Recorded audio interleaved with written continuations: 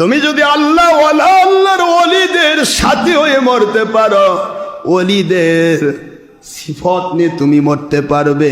ওলিদের সাথে দুনিয়াতে চিটা ধানের সাথে লেগে থাকলে যেমন একই বাজারে একই দোকানে একই দামে বিক্রি হয়ে যায়, কিয়ামতের দিন আমার ওলিরা জান্নাতে যাবে।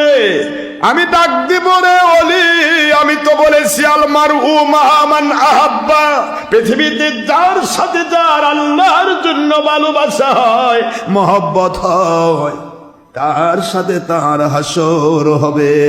আপনার সাথে যে মানুষগুলি আমি আল্লাহ পাওয়ার জন্য ঘুরত, ওরা জাহান্নামের কাতারে দাঁড়িয়ে আছে।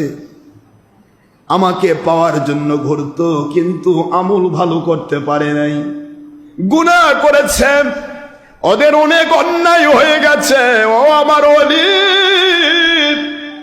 আমার নবীজির বুখারীর হাদিস দিয়ে আমি প্রমাণ দিয়েছি, যার সাথে যার আল্লাহর জন্য ভালোবাসা, তার সাথে তার হাসর হবে। জাহান্নামের কাতারে যারা দাঁড়িয়ে আছে, এখনো জাহান্নামে ঢুকে নাই, আপনি চলে যান, ওদেরকে আপনার সাথে ধরে ধরে জান্নাতে ঢুকিয়ে নেন।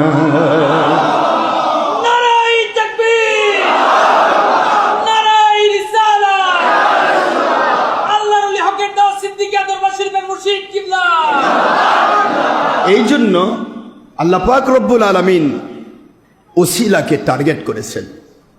আবতাগু ইলাইহিল ওসিলা, সূরাতুল মায়েদা 35 নম্বর আয়াতাংশ, 5 নম্বর সূরা 6 নম্বর পারা মদিনাতুন আইন। আল্লাহ বললেন, আমি আল্লাহকে তুমি পরিপূর্ণভাবে মেনে মরতে পারবে না, সম্ভব না।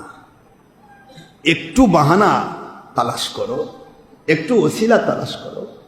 কিয়ামতের দিন আমি এমনও বলতে পারি, কোনোদিন কি কোনো ওলির সাথে, কোনোদিন কি কোনো ওলির দরবারে বসার সুযোগ হয়েছিল? এমনও বলতে পারি, কোনোদিন কি কোনো ওলির সাথে একসাথে বসার সুযোগ হয়েছিল? এটুকুও যদি তুমি বলতে পারো, আমি আল্লাহ ইচ্ছা করলে ওইটাকে ওসিলা করে আমি তোমাকে মাফ করে দিতে পারি। রহমতে ইলাহি বাহানা বিজুয়াত, আল্লাহর রহমত বাহানা তালাশ করো।